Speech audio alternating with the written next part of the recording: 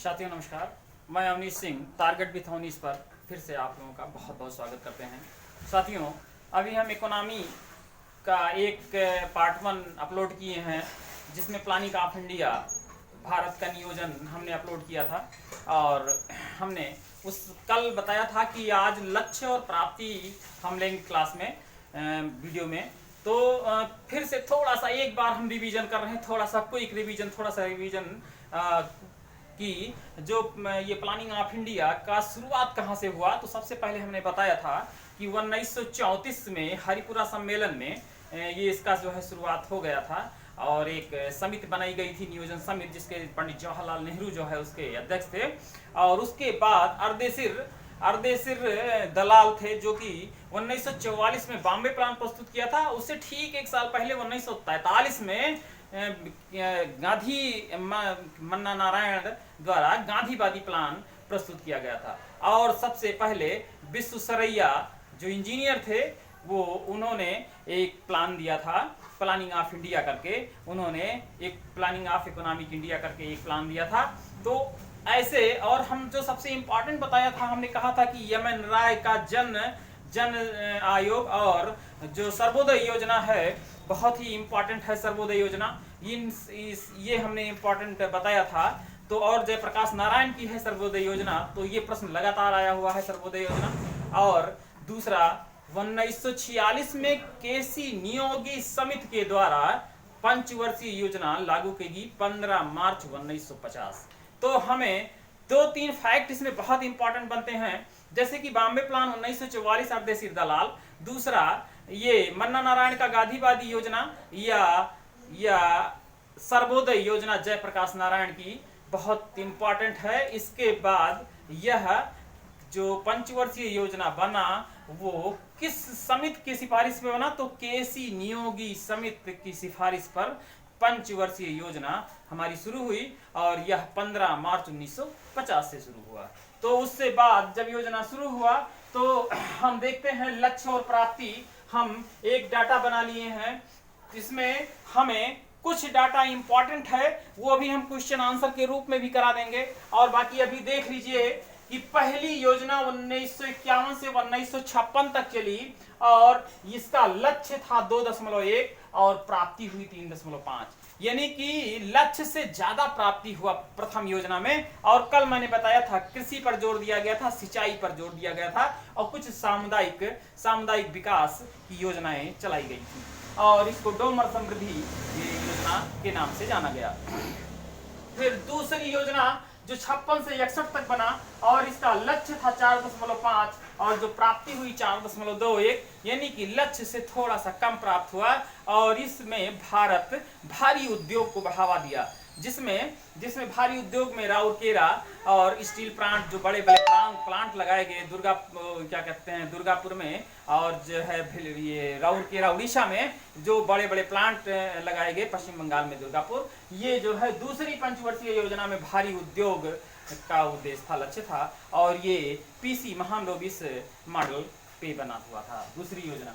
फिर तीसरी योजना 61 से 66 तक चली, और इसका लक्ष्य था 5.6 और हासिल हुआ 2.75, क्योंकि इस दरमियान भारत चाइना और भारत पाक युद्ध हुआ था, इसलिए भारत की स्थिति, आर्थिक स्थिति थोड़ा बिगड़ गई थी, तो हमको लक्ष्य बहुत कम प्राप्त हुआ। तो उसके बाद पंचवर्षीय योजना न चल के 3 वार्षिक योजना, इसीलिए 3 वार्षिक योजनाएं चलाई गई प्रत्येक वर्ष में, और तीनों का औसत जो रहा वो 3.9 का जो है हमारा औसत मिला है। और उसके बाद हम देखते हैं चौथी पंचवर्षीय योजना। चौथी पंचवर्षीय योजना बहुत महत्वपूर्ण है, विशेष है और इम्पोर्टेंट भी है।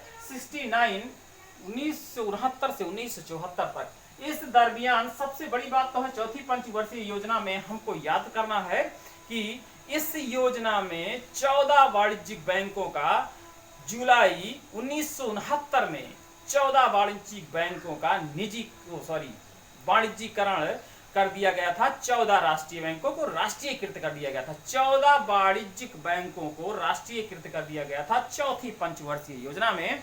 और यह यह जो है चौथी पंचवर्षीय योजना 69 से 74 तक चला। और दूसरी बात, इसमें भी जो लक्ष्य था वो 5.7 था और जो प्राप्ति हुई वो 3.2 का था, यानी कि लक्ष्य से बहुत कम प्राप्त हुआ। लेकिन इसीलिए 14 वाणिज्यिक बैंकों का राष्ट्रीयकरण किया गया, जिससे कि लोगों को ऋण या पैसा या आदान प्रदान या जो है बैंकों को निगमन और नियंत्रण अच्छे ढंग से किया जा सके। और उसी दरमियान 74 में पोखरण का युद्ध, जिसमें कहा जाता है बुद्धा मुस्कुराया, कहा जाता है बहुत ही इंपॉर्टेंट है। ये चौथी पंचवर्षीय योजना में 74 में पोखरण पहला पोखरण विस्फोट हुआ था, ये बहुत इंपॉर्टेंट है। और 69 जुलाई 1969 में 14 वाणिज्यिक बैंकों का राष्ट्रीयकरण किया गया था, यह बहुत इंपॉर्टेंट है। उसके बाद पांचवी पंचवर्षीय योजना 74 से 69 तक, जो कि हमारा लक्ष्य था 4.4 और हम प्राप्ति हुआ 4.7, यानी लक्ष्य से थोड़ा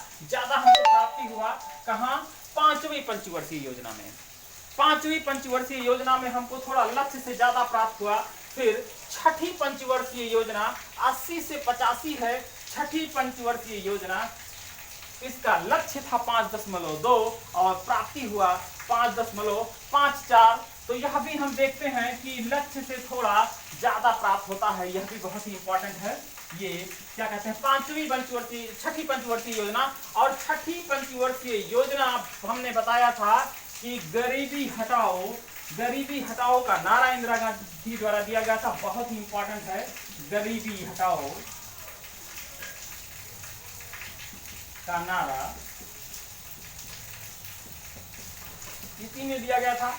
गरीबी निवारण कार्यक्रम भी चलाए गए थे। हालांकि पांचवी पंचवर्षीय योजना में भी बहुत गरीबी निवारण योजना और इसका जो लक्ष्य था वो गरीबी हटाओ, गरीबी निवारण लक्ष्य था, लेकिन जो नारा दिया गया वह छठवीं पंचवर्षीय योजना में दिया गया। फिर हम देखते हैं सातवीं पंचवर्षीय योजना। सातवीं योजना में 85 से 90 तक जो चला, इसका लक्ष्य था 5.5 और हासिल हुआ 5.6, यानी कि लक्ष्य से ज्यादा हमको मिला है। सातवीं योजना में भी हमको लक्ष्य से ज्यादा मिला है। और पांचवी सातवीं योजना में एक खास बात था कि 88 में सेबी का गठन किया जाता है। 88 में सेबी का गठन कर लिया जाता है। और उससे पहले छठी योजना में एक चीज और हो जाता है। छठी योजना में ही 82 में नाबार्ड की स्थापना होती है। 1982 में नाबार्ड की स्थापना होती है, जो कृषि को बढ़ावा देने के लिए होता है। और 82 में ही एग्जिम बैंक का भी स्थापना किया जाता है, 1982।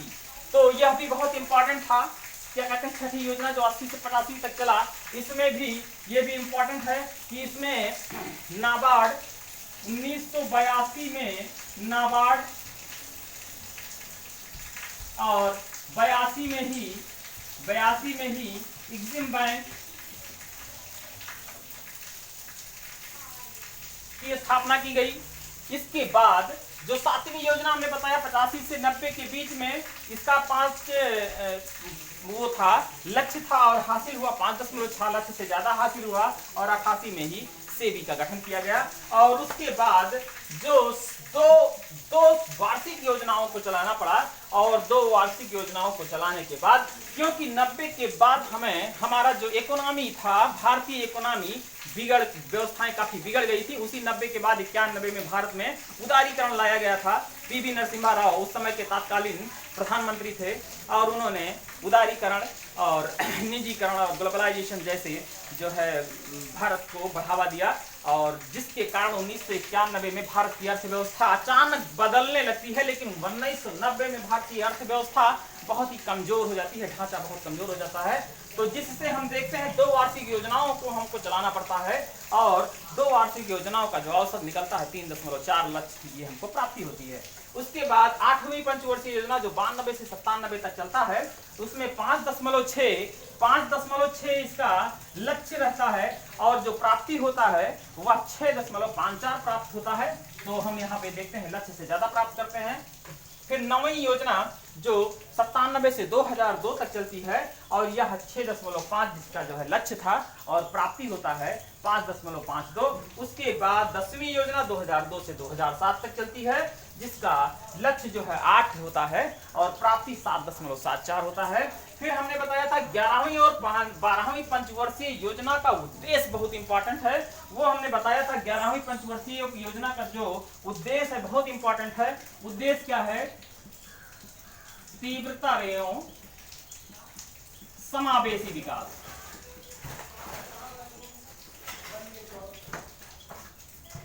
और जो 12वीं पंचवर्षीय योजना है, 12वीं पंचवर्षीय योजना का जो उद्देश्य था वह भी बहुत इंपॉर्टेंट है। तीव्रतर एवं संपोषणीय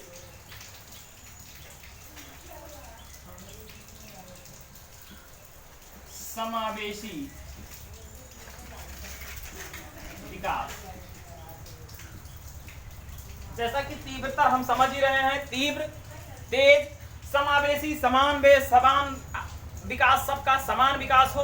और इसका जो संपोषणीय विकास है, मैंने बताया था संपोषणीय विकास या धारणीय विकास या सस्टेनेबल डेवलपमेंट, वह विकास जो वर्तमान पीढ़ी का भी विकास हो और आने वाली भावी पीढ़ी का भी विकास हो, यानी कि वर्तमान के साथ साथ भविष्य भी का वो बना रहे। तो हम देखते हैं कि ये दोनों योजनाओं का जो लक्ष्य बहुत इंपॉर्टेंट है। और तो जो इंपॉर्टेंट याद करने वाली चीज है वो मैं बता रहा हूं, एक बार फिर से एक क्विक रिवीजन लेते हैं। पहली योजना, इसको कहते हैं डोमर समृद्धि मॉडल, इसको। और जो दूसरी ये है, ये पीसी महालनोबिस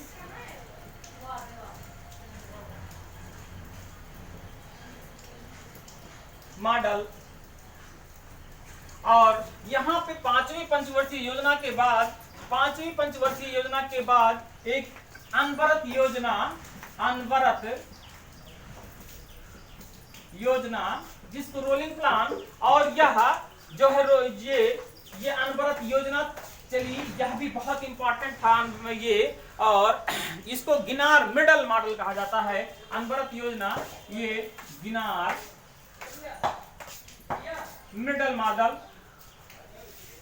और उसके बाद हमने बताया 6वीं पंचवर्षीय योजना बहुत इंपॉर्टेंट है।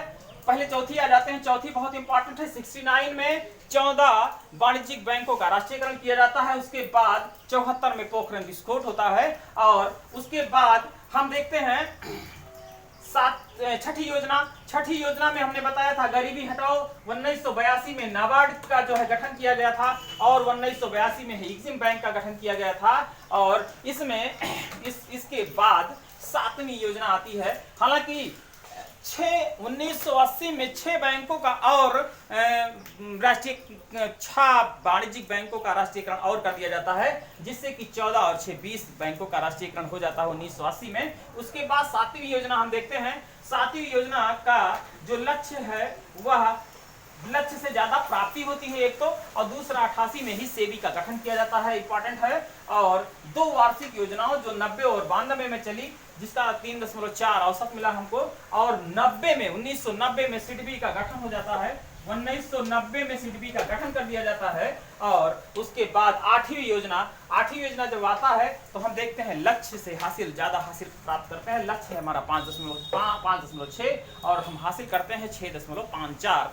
तो इस तरह। और फिर 9वीं योजना में मैंने बताया जो लक्ष्य हमारा था 6.5 और जो हासिल हुआ है 5.52 हमको प्राप्त हुआ है।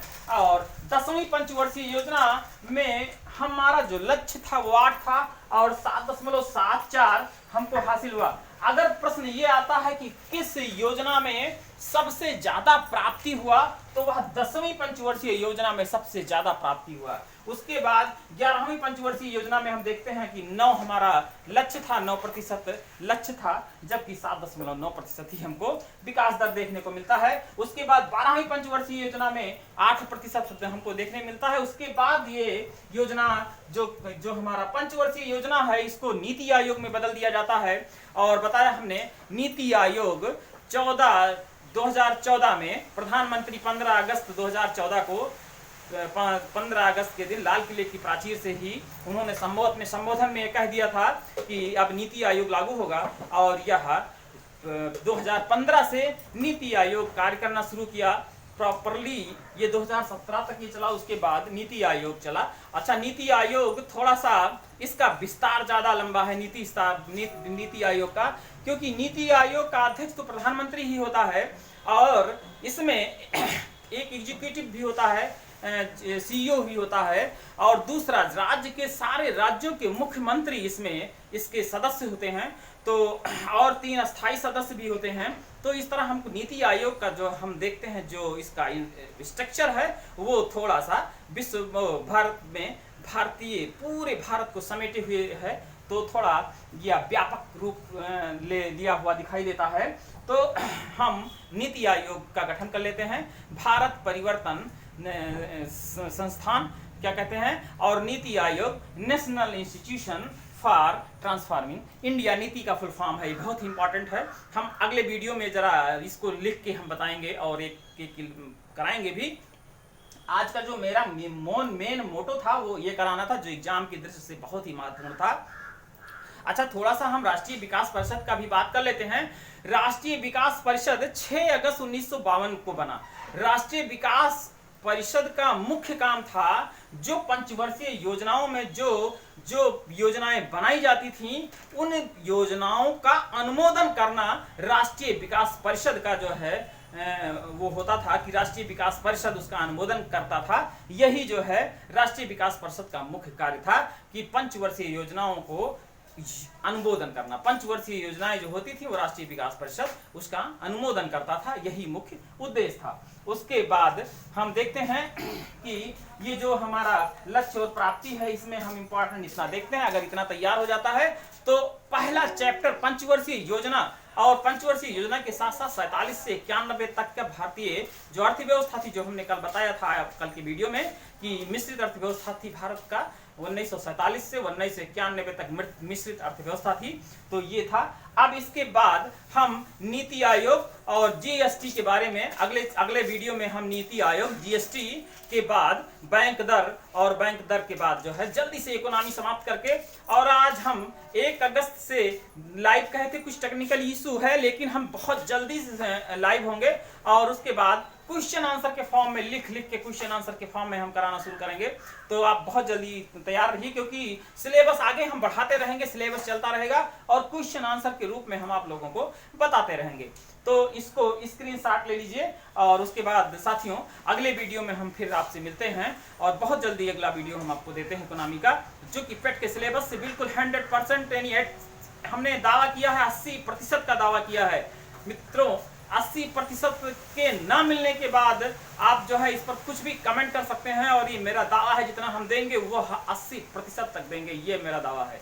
तो साथियों इस वीडियो को जरूर देखिए, और देखने के बाद सब्सक्राइब भी करिए और शेयर भी करिए, लाइक भी करिए। तो साथियों बहुत बहुत धन्यवाद और नमस्कार, जय हिंद।